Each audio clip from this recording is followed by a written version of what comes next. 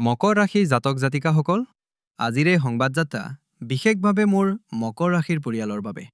আজি তাৰিখ 7 ডিচেম্বৰ 2025 আৰু মই জানো যে আপোনালোকৰ মাজৰ বহুতে নিজৰ জীৱনত এক গভীৰ পৰিৱৰ্তন, এক নতুন আৰম্ভণি, এটা অদৃশ্য ৰিছেটৰ বাবে অপেক্ষা কৰি আছে। সেই মুহূৰ্তৰ বাবে যি সময়ত আপোনাৰ নিৰন্তৰ পৰিশ্ৰমৰ সম্পূৰ্ণ ফলাফল আপুনি লাভ কৰিব। তেনেহলে শুনক, সেই সময় কেৱল আহিবলগীয়া হৈ থকা নাই, ই ইতিমধ্যে আৰম্ভ হৈ গৈছে। অনাগত 6 মাহ, আজিৰ পৰা জুন 2026 লৈকে কোনো সাধাৰণ সময় নহয়।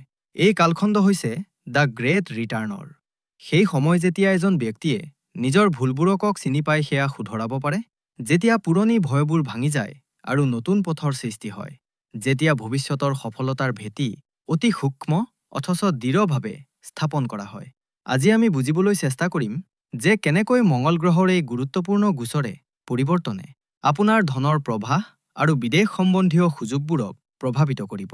কিয় বৃহস্পতি অৰ্থাৎ গুৰু বক্ৰী হৈ উভতি আহিছে আৰু ই আপোনাৰ জীৱনৰ দিশত কি গভীৰ পৰিৱৰ্তন আনিব, আৰু কেনেকৈ ৰাহুৱে আপোনাৰ ধনভাৱত অৱস্থান কৰি আপোনাক এক নতুন ব্যক্তিত্বলৈ, এজন অধিক সতৰ্ক, অধিক জ্ঞানী আৰু অধিক ৰণনীতিজ্ঞ ব্যক্তিলৈ ৰূপান্তৰিত কৰি আছে। আপুনি ছাত্ৰই হওক, চাকৰিজীৱী, ব্যৱসায়ী বা গৃহিণী, অনাগত কেইটামান মুহূৰ্তই আপোনাৰ চিন্তাৰ দিশক এক নতুন আকাৰ দিব পাৰে। তেনেহলে আহক এক দীঘল উশাহলৈ এই ব্ৰহ্মাণ্ডীয় আলোচনাৰ আৰম্ভণি কৰোঁ। বন্ধুসকল, যিকোনো ভৱিষ্যৎবাণী বুজাৰ আগতে আকাশমণ্ডলত কি ঘটি আছে সেয়া জনাটো অত্যন্ত আৱশ্যক। কাৰণ যেতিয়া কিয়টো স্পষ্ট হৈ পৰে, তেতিয়া কি হ'ব সেয়া নিজে নিজে পোহৰলৈ আহে। এই সময়ত মকৰ ৰাশিৰ বাবে 3টা প্ৰধান গ্ৰহ ঘটনা সক্ৰিয় হৈ আছে আৰু ইয়েই অনাগত 6 মাহৰ সম্পূৰ্ণ কাহিনী লিখিব। 7 ডিচেম্বৰ 2025 তাৰিখে মঙ্গল গ্ৰহ বৃশ্চিক ৰাশিৰ পৰা ওলাই ধনু ৰাশিত প্ৰৱেশ কৰিছে। মকৰ ৰাশিৰ বাবে মঙ্গল গ্ৰহ বৰ বিশেষ। কিয়? কাৰণ তেওঁ আপোনাৰ একাদশ ঘৰ অৰ্থাৎ ইনকাম আৰু চতুৰ্থ ঘৰ অৰ্থাৎ সুখৰ মালিক। আৰু এই মঙ্গল গ্ৰহ এতিয়া কলৈ গৈ আছে? আপোনাৰ দ্বাদশ ঘৰলৈ। জ্যোতিষত এটা নিয়ম আছে, যেতিয়া লাভৰ স্বামী ব্যয় বা বিদেশৰ ঘৰলৈ যায়, তেতিয়া এইটো কোনো সাধাৰণ গোচৰ নহয়। বিশেষ কথাটো হ'ল যে ইয়াত মঙ্গল উচ্চ অভিলাষী হৈ আছে। ইয়াৰ অৰ্থ হ'ল মঙ্গল নিজৰ উচ্চ ৰাশি অৰ্থাৎ মকৰৰ ফালে আগবাঢ়িছে। তেওঁ এজন এনেকুৱা খেলুৱৈৰ দৰে যিয়ে ফাইনেল মেচ খেলিবলৈ ষ্টেডিয়ামৰ ফালে দৌৰি গৈ আছে। তেওঁৰ গাত গাজৱৰ শক্তি আছে। এই অনাগত ৪৫ দিন অৰ্থাৎ জানুৱাৰীৰ মাজভাগলৈকে তেওঁ আপোনাৰ জীৱনত তোল পাৰ লগাব। দ্বিতীয়টো ডাঙৰ ঘটনা হ'ল দেৱগুৰু বৃহস্পতিৰ। গুৰু এই সময়ত আপোনাৰ ষষ্ঠ ভাৱত আছে আৰু 5 ডিচেম্বৰৰ পৰা তেওঁ বক্ৰী হৈছে। মানুহে বক্ৰী শব্দটো শুনি ভয় খায়, কিন্তু ভয় নাখাব। বক্ৰীৰ অৰ্থ হ'ল ৰিভেলুৱেশ্যন বা পুনৰ মূল্যায়ন। ভাবকচোন, আপুনি ঘৰৰ পৰা ওলাল আৰু আপোনাৰ মনত পৰিল যে আপুনি আপোনাৰ পাৰ্চ বা চাবি পাহৰি আহিছে। আপুনি কি কৰে? আপুনি উভতি যায়, চাবিটো লয় আৰু পুনৰ নিজৰ যাত্ৰা আৰম্ভ কৰে। ঠিক সেয়াই গুৰুৱে তাকেই কৰি আছে। তেওঁ ষষ্ঠ ঘৰত, যিটো চাকৰি, প্ৰতিযোগিতা আৰু শত্ৰুৰ ঘৰত, তালৈ উভতি চাইছে, যাতে আপুনি নিজৰ কেৰিয়াৰৰ পুৰণি ভুলবোৰ শুধৰাব পাৰে। এইটো এটা ছেকেণ্ড চান্স বা দ্বিতীয় সুযোগ। তৃতীয়টো ডাঙৰ ফেক্টৰ হ'ল ৰাহু। ৰাহু আপোনাৰ দ্বিতীয় ভাৱত কুম্ভ ৰাশিত বহি আছে। দ্বিতীয় ঘৰ হ'ল ধন, বাণী আৰু পৰিয়াল। ৰাহুৱে ইয়াত কি কৰি আছে? ৰাহু হ'ল এটা ভূপ।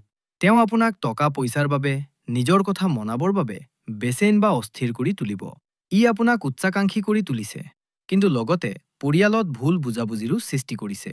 গতিকে যদি মই এই তিনিওটাক মিলাই দিওঁ, তেন্তে ইয়াৰ থিম বা মূল বিষয়বস্তু হ'ব ৰণভূমিত সংস্কাৰ আৰু বিদেশী লাভ। আপুনি এখন যুদ্ধক্ষেত্ৰত থিয় হৈ আছে, য'ত আপুনি আপোনাৰ পুৰণি ভুলবোৰ শুধৰাব লাগিব আৰু লগতে বিদেশ বা দূৰ ঠাইৰ পৰা ধন উপাৰ্জন কৰিব লাগিব। এতিয়া আহোঁ সেই বিষয়লৈ যিটো আমাৰ সকলোৰে বাবে গুৰুত্বপূৰ্ণ, ধন আৰু সম্পত্তি। বন্ধুসকল, অনাগত 6 মাহত আপোনাৰ আৰ্থিক স্থিতিত এক অতি ৰোচক পৰিৱৰ্তন আহিবলৈ গৈ। এইটো মন দি শুনক। মই আগতে কোৱাৰ দৰে মঙ্গল আপোনাৰ দ্বাদশ ঘৰত বহি আছে আৰু মজাৰ কথাটো চাওক, আপোনাৰ লগ্নেশ শনি, যি ধন ভাৱৰো অধিপতি, তেওঁ মঙ্গলক চাই আছে। জ্যোতিষ শাস্ত্ৰত ইয়াক বিপৰীত ৰাজযোগৰ দৰে ফলদায়ক বুলি ধৰা হয়। ইয়াৰ অৰ্থ হ'ল টকা আহিব, কিন্তু আপোনাৰ কমফৰ্ট জোনৰ বাহিৰৰ পৰা আহিব। যদি আপুনি কোনো MNC বা বহুজাতিক কোম্পানীত কাম কৰে, তেন্তে আপোনাৰ দৰমহা বাঢ়িব পাৰে। যদি আপুনি এক্সপৰ্ট ইম্পৰ্টৰ ব্যৱসায় কৰে, তেন্তে এই সময় ডিচেম্বৰ আৰু জানুৱাৰী আপোনাৰ বাবে জেকপট। যদি আপুনি ভিছা বা পিয়াৰ বাবে আবেদন কৰিব বিচাৰে তেন্তে গুৰুৰ দৃষ্টি 1200 ভাৱত আছে। ৰৈ থকা ফাইলবোৰ আগবাঢ়িব। আপুনি নিজৰ জন্মস্থানৰ পৰা দূৰত বা বিদেশী সম্পৰ্কৰ পৰা অতি ডাঙৰ আৰ্থিক লাভ হোৱাৰ যোগ আছে। ইয়াৰ উপৰিও ৰাহু দ্বিতীয় ঘৰত আছে আৰু কেতু অষ্টম ঘৰত। মঙলৰ দৃষ্টিও অষ্টম ভাৱত পৰিছে। অষ্টম ভাৱ মানে হ'ল লুকুৱাই থোৱা ধন, উইল বা উত্তৰাধিকাৰী সূত্ৰে পোৱা ধন বা ইঞ্চুৰেঞ্চ। অনাগতত কেইটামান মাহত আপুনি এনেকুৱা টকা পাব পাৰে যাৰ আশা আপুনি বাদেই দিছিল। কোনো পুৰণি ফচি থকা ধাৰ ঘূৰি আহিব পাৰে। পৈতৃক সম্পত্তিৰ লগত জড়িত কোনো বিবাদ আপোনাৰ পক্ষত সমাধান হ'ব পাৰে। হঠাৎ কোনো ডাঙৰ লাভ হ'ব পাৰে। এতিয়া ইয়াত এটা সাৱধানবাণী আৰু এটা ভাল খবৰ দুয়োটাই আছে। মঙল আপোনাৰ চতুৰ্থ ঘৰ অৰ্থাৎ প্ৰপাৰ্টি বা সম্পত্তিৰ গৰাকী আৰু তেওঁ 1200 ঘৰ অৰ্থাৎ লোকচানৰ ঘৰত বহি আছে। যদি আপুনি নিজৰ কোনো সম্পত্তি, কোনো পুৰণি ঘৰ বা মাটি বিক্ৰী কৰিব বিচাৰি আছিল আৰু সেইটো বিক্ৰী হোৱা নাছিল, তেন্তে 7 ডিচেম্বৰৰ পৰা 16 জানুৱাৰীৰ ভিতৰত সেই ডিলটো ফাইনেল হৈ যাব। আৰু যিহেতু শনিয়ে চাই আছে, আপুনি আপোনাৰ বিচৰা দামেই পাব। কিন্তু যদি আপুনি বিক্ৰী কৰিব বিচৰা নাই, তেন্তে এই গোচৰে আপোনাৰ ঘৰত খৰচ কৰাব। হঠাৎ ঘৰত পানীৰ সমস্যা বা চিলন আহি যোৱা, বিজুলীৰ কোনো ডাঙৰ সঁজুলি বেয়া হৈ যোৱা বা দেৱালত ফাটাত মেলা। মঙল 1200 ঘৰত আছে, গতিকে ঘৰৰ মেৰামতিৰ কামত টকা খৰচ হোৱাৰ প্ৰবল যোগ আছে। মোৰ পৰামৰ্শ, নিজৰ জেপৰ ধন খৰচ কৰিবলৈ সাজু থাকক। আৰু হয়, দেহাহুৱে দ্বিতীয় ঘৰত আপোনাক লোভী কৰি তুলিব পাৰে। আপোনাৰ এনে লাগিব যেন ৰাতিটোৰ ভিতৰতে টকা কামাই লওঁ। সাৱধান হওক, শ্বেয়াৰ মাৰ্কেট বা জুৱা লটাৰীত নভবাকৈ টকা নলগাব। ৰাহু হৈছে চলনা বা চলাৱা। যিটো দেখা যায় সেইটো আচলতে নহয়। নিজৰ কষ্টৰ উপাৰ্জনৰ ওপৰত ভৰসা কৰক, শ্বৰ্টকাটৰ ওপৰত নহয়। বাৰু, এতিয়া কথা পাতিব আপোনাৰ কেৰিয়াৰ আৰু প্ৰফেশ্যনৰ বিষয়ে। ইয়াত মই এটা বৰ শক্তিশালী শব্দ ব্যৱহাৰ কৰিম, ৰণনভূমি। দেৱগুৰু বৃহস্পতি আপোনাৰ ষষ্ঠ ঘৰত বক্ৰী হৈ আছে। ষষ্ঠ ঘৰ হ'ল শত্ৰু, ৰোগ, ঋণ আৰু চাকৰিৰ ঘৰ। যেতিয়া কোনো শুভগ্ৰহ ষষ্ঠ ঘৰলৈ আহে, তেতিয়া জ্যোতিষত ইয়াক শত্ৰু বিধ্বংসক যোগ বুলি কোৱা হয়। কিন্তু ইয়াৰ ধৰণ অলপ বেলেগ। যদি মঙল হ'লহেঁতেন, তেন্তে যুঁজ কৰি জিকিলেহেঁতেন। কিন্তু যিহেতু গুৰু আছে, আপুনি বুদ্ধিৰে জিকিব। যিসকল লোকে প্ৰমোচন বা পদোন্নতিৰ বাবে ৰৈ আছে, তেওঁলোকে পদোন্নতি পাব। গতিকে এতিয়াৰ সময়খিনি, অনাগত 5-6 মাহ হৈছে কষ্ট কৰাৰ, প্ৰস্তুতিৰ। ইয়াৰ ফল আপুনি জুন মাহত সুদসহ লাভ কৰিব। এতিয়া মই মোৰ পৰিয়ালৰ সেইসকল সদস্যৰ লগত কথা পাতিব বিচাৰোঁ, যিসকল ঘৰখনৰ আধাৰশিলা, মোৰ আই মাতৃ আৰু ভগ্নীসকল, অৰ্থাৎ আমাৰ গৃহিণীসকল। প্ৰায় ৰাশিফলত আপোনালোকৰ কথা কোনেও নাপাতে। কিন্তু মকৰ ৰাশিৰ গৃহিণীসকলৰ বাবে এই গোচৰে বৰ গুৰুত্বপূৰ্ণ ইংগিত দি আছে। শুনক, আপুনি ঘৰৰ সিও আৰু গ্ৰহৰ ছালৰ পোনপটীয়া প্ৰভাৱ আপোনাৰ ঘৰত পৰিবলৈ গৈ আছে। চাওক, মঙল আপোনাৰ সুখ আৰু ঘৰৰ গৰাকী আৰু তেওঁ 1200 ঘৰ অৰ্থাৎ খৰচ আৰু হানিৰ ঘৰলৈ গৈ আছে। ডিচেম্বৰ আৰু জানুৱাৰী মাহত আপোনাৰ অনুভৱ হ'ব পাৰে যে ঘৰৰ বাজেট বেয়া হৈ গৈছে। হঠাৎ ঘৰলৈ আলহী অতিথিৰ অহা যোৱা বাঢ়িব পাৰে, যাৰ ফলত আপোনাৰ ভাগৰ বাঢ়িব। পাকঘৰত বা ঘৰত থকা ইলেক্ট্ৰনিক সামগ্ৰী বেয়া হোৱাৰ যোগ আছে। এয়া মঙলৰ প্ৰভাৱ। আপোনাৰ এনে লাগিব পাৰে যে আপুনি সকলোৰে বাবে ইমান কৰি আছে, কিন্তু আপুনি যি প্ৰশংসা বা আদৰ পাব লাগে, সেয়া পোৱা নাই। মনটো অলপ উদাস হৈ থাকিব পাৰে। কিন্তু ইয়াত এটা বৰ ডাঙৰ প্লাছ পইণ্ট বা ধনাত্মক দিশো আছে। ৰাহু আপোনাৰ দ্বিতীয় ঘৰ, অৰ্থাৎ ধন ভাৱত বহি আছে। এই সময় কেৱল পাকঘৰতে আবদ্ধ হৈ থকা নহয়। যিসকল লোকে প্ৰমোচন বা পদোন্নতিৰ বাবে ৰৈ আছে, তেওঁলোকে পদোন্নতি পাব। গতিকে এতিয়াৰ সময়খিনি, অনাগত 5-6 মাহ হৈছে কষ্ট কৰাৰ, প্ৰস্তুতি। ইয়াৰ ফল আপুনি জুন মাহত সুদসহ লাভ কৰিব। এতিয়া মই মোৰ পৰিয়ালৰ সেইসকল সদস্যৰ লগত কথা পাতিব বিচাৰোঁ, যিসকল ঘৰখনৰ আধাৰশিলা, মোৰ আই মাতৃ আৰু ভগ্নীসকল, অৰ্থাৎ আমাৰ গৃহিণীসকল। প্ৰায় ৰাশিফলত আপোনালোকৰ কথা কোনেও নাপাতে। কিন্তু মকৰ ৰাশিৰ গৃহিণীসকলৰ বাবে এই গোচৰে বৰ গুৰুত্বপূৰ্ণ ইংগিত দি আছে। শুনক, আপুনি ঘৰৰ সিও আৰু গ্ৰহৰ ছালৰ পোনপটীয়া প্ৰভাৱ আপোনাৰ ঘৰত পৰিবলৈ গৈ আছে। চাওক, মঙল আপোনাৰ সুখ আৰু ঘৰৰ গৰাকী আৰু তেওঁ 1200 ঘৰ অৰ্থাৎ খৰচ আৰু হানিৰ ঘৰলৈ গৈ আছে। ডিচেম্বৰ আৰু জানুৱাৰী মাহত আপোনাৰ অনুভৱ হ'ব পাৰে যে ঘৰৰ বাজেট বেয়াটা হৈ গৈছে। হঠাৎ ঘৰলৈ আলহী অতিথিৰ অহা যোৱা বাঢ়িব পাৰে, যাৰ ফলত আপোনাৰ ভাগৰ বাঢ়িব। পাকঘৰত বা ঘৰত থকা ইলেক্ট্ৰনিক সামগ্ৰী বেয়া হোৱাৰ যোগ আছে। এয়া মঙলৰ প্ৰভাৱ। আপোনাৰ এনে লাগিব পাৰে যে আপুনি সকলোৰে বাবে ইমান কৰি আছে, কিন্তু আপুনি যি প্ৰশংসা বা আদৰ পাব লাগে, সেয়া পোৱা নাই। মনটো অলপ উদাস হৈ থাকিব পাৰে। কিন্তু ইয়াত এটা বৰ ডাঙৰ প্লাছ পইণ্ট বা ধনাত্মক দিশো আছে। ৰাহু আপোনাৰ দ্বিতীয় ঘৰ অৰ্থাৎ ধন ভাৱত বহি আছে।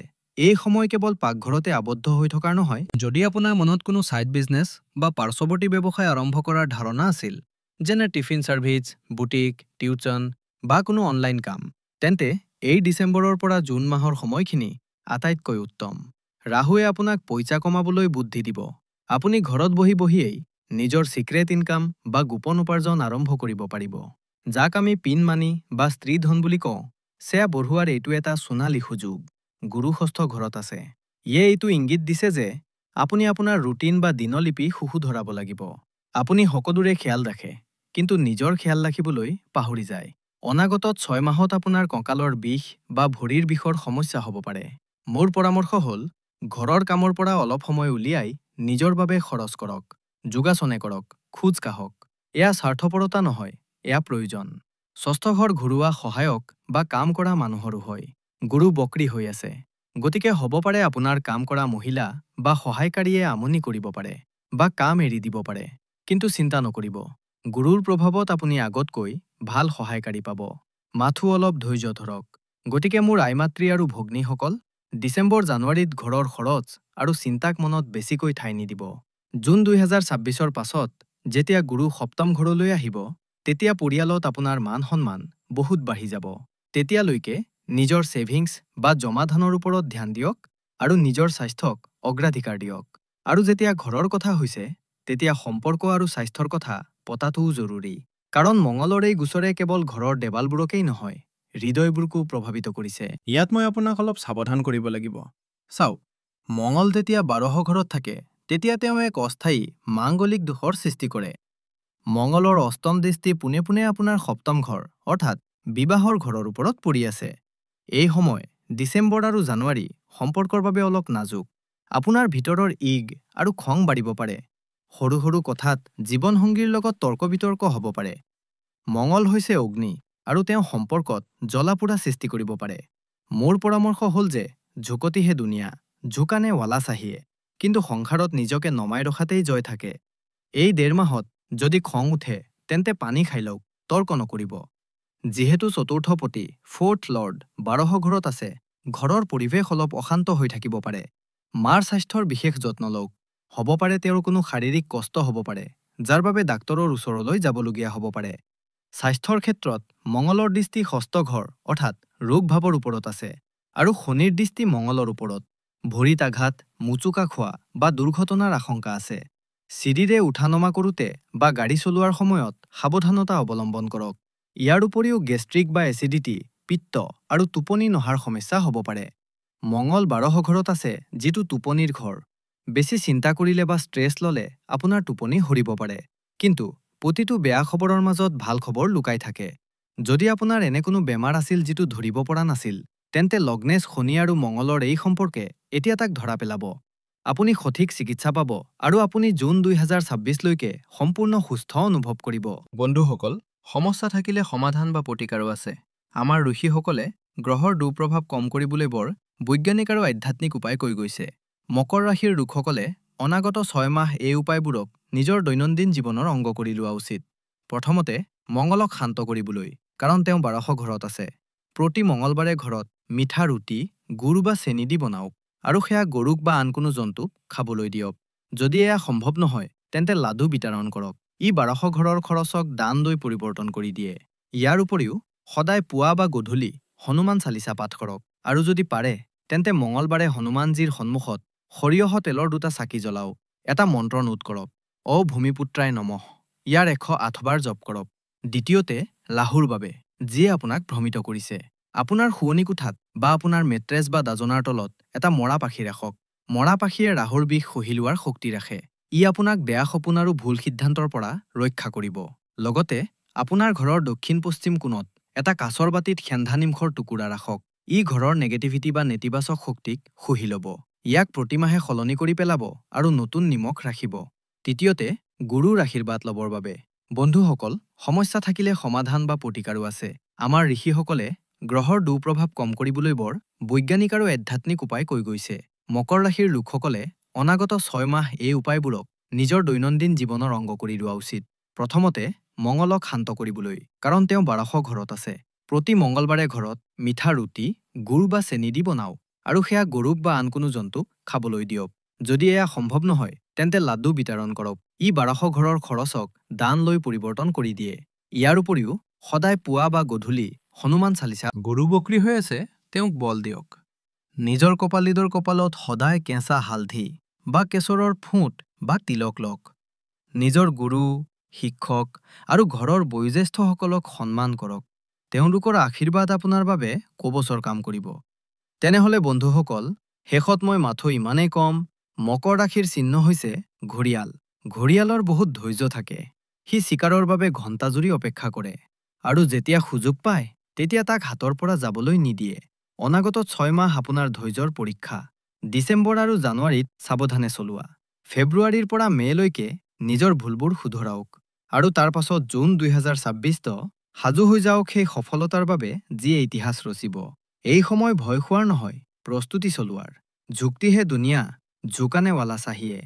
আৰু মকৰ ৰাশিৰ লোকসকল, আপোনালোকৰ ভিতৰত সেই শক্তি আছে। মই আশা কৰিছো যে এই ৰোডমেপ আপোনালোকে পছন্দ কৰিছে। যদি আপুনি এই তথ্য সঠিক আৰু যুক্তিসংগত বুলি ভাবিছে তেন্তে ভিডিঅ'টো লাইক নিশ্চয় কৰিব। কমেণ্টত জয় বজৰংবলী বা হৰ হৰ মহাদেৱ লিখি নিজৰ উপস্থিতি জনাওক। মই আপোনালোকৰ প্ৰতিটো কমেণ্ট পঢ়ো। নিজৰ বন্ধু আৰু পৰিয়ালৰ সৈতে ইয়াক শ্বেয়াৰ কৰক আৰু চেনেলটো ছাবস্ক্ৰাইব কৰিবলৈ নাপাহৰিব যাতে জুন 2026ৰ আপডেট আপোনাৰ পৰা মিছ নহয়। সুখী থাকক, সুস্থ থাকক। লগ পাম পৰৱৰ্তী ভিডিঅ'ত। হৰ হৰ মহাদেৱ।